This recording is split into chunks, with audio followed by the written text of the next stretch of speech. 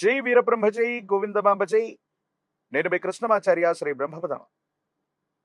గోచారవశాత్తు ఉన్న గ్రహగతుల్ని గవ ప్రశ్నని క్రోడీకరించుకుంటూ 2026 సంవత్సరం ఆగస్టు మాసం కుంభరాశి వారి యొక్క రాశిఫలం.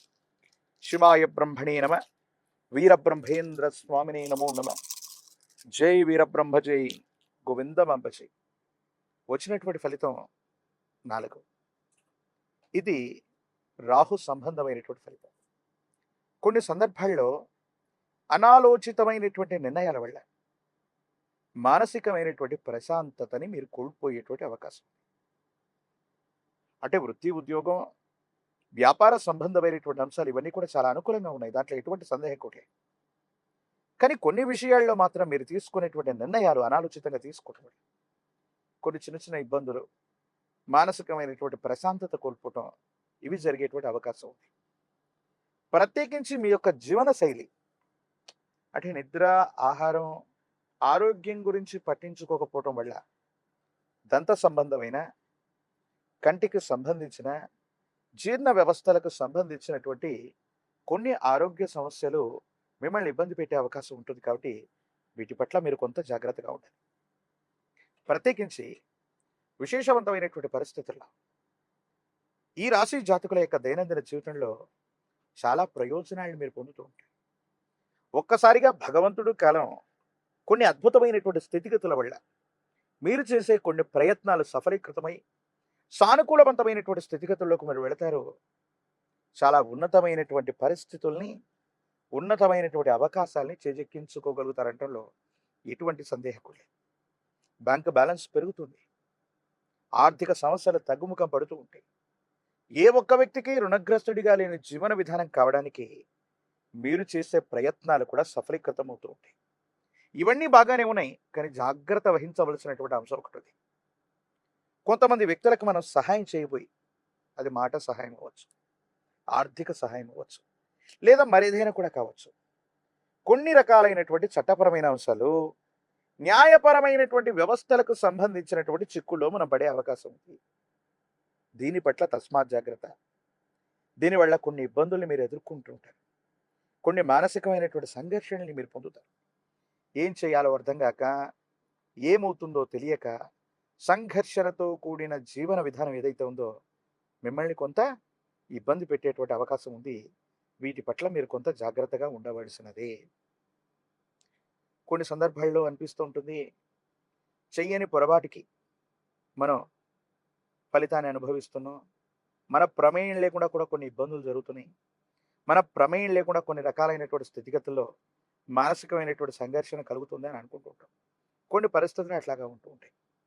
అలాగే కుటుంబానికి సంబంధించినటువంటి జీవిత భాగస్వామి అవ్వచ్చు, కుటుంబ సభ్యులకు సంబంధించినటువంటి విషయంలో వాళ్ళ ఆరోగ్యం, వాళ్ళకు సంబంధించినటువంటి స్థితిగతి పట్ల కూడా మీరు కొంత ఆలోచించాలి. ఎప్పుడు పరధ్యానంలో ఉండటం, ఉద్యోగం మీద, ప్రత్యేకించి వ్యాపారం మీద ఉన్నటువంటి ఏకాగ్రత కుటుంబ సభ్యుల మీద లేకపోవటం వల్ల కొంత ఇబ్బంది ఉంటుంది. జీవిత భాగస్వామికి సంబంధించిన ఆరోగ్యపరమైనటువంటి అంశాల పట్ల కూడా కొంత మీరు శ్రద్ధ వహించటం అనుకూలవంతమవుతుంది. కొన్ని సందర్భాల్లో మీరు తీసుకునేటువంటి నిర్ణయాల్ని సన్నిహితులు అనుకున్న వాళ్ళు, సహచర మిత్రవర్గం కొంతమంది వాటిని వ్యతిరేకించే ప్రయత్నాలు చేస్తారు. ఎందుకు వ్యతిరేకిస్తారో కూడా తెలియదు. ఏ కారణంగా వ్యతిరేకమైనటువంటి భావనలు వస్తాయి కూడా తెలియదు.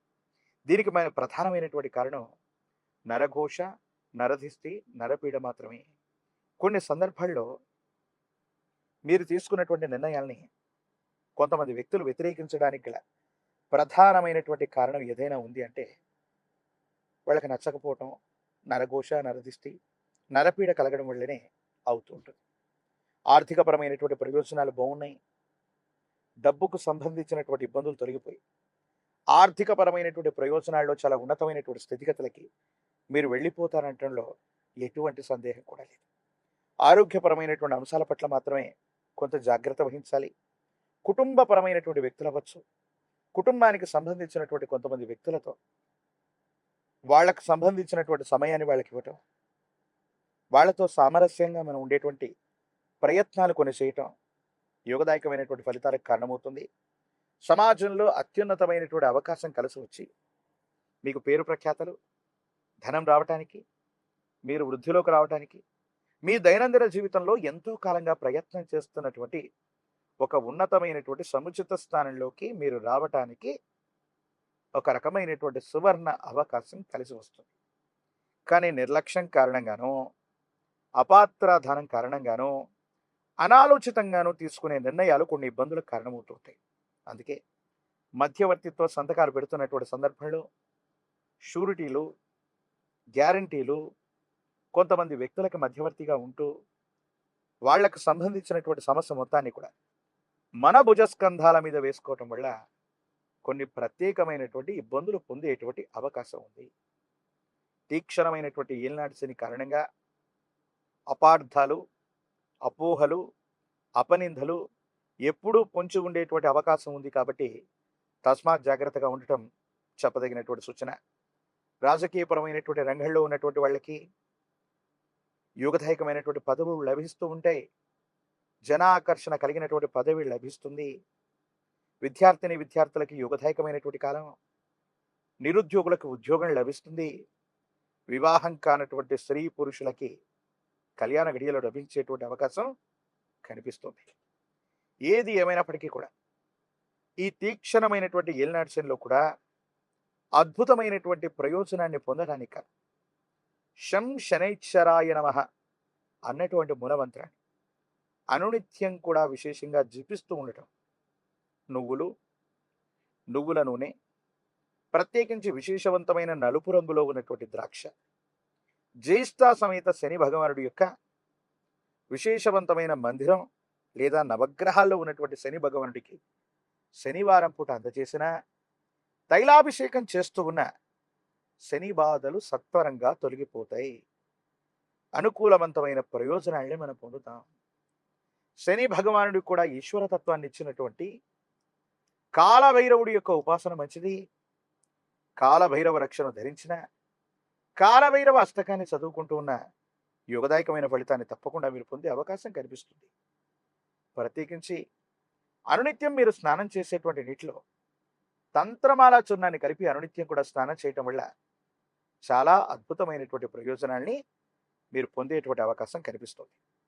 మరిన్ని వీడియోలు చూడటానికి మన ఛానల్ని లైక్ చేయండి, షేర్ చేయండి, తప్పకుండా సబ్స్క్రైబ్ చేయండి.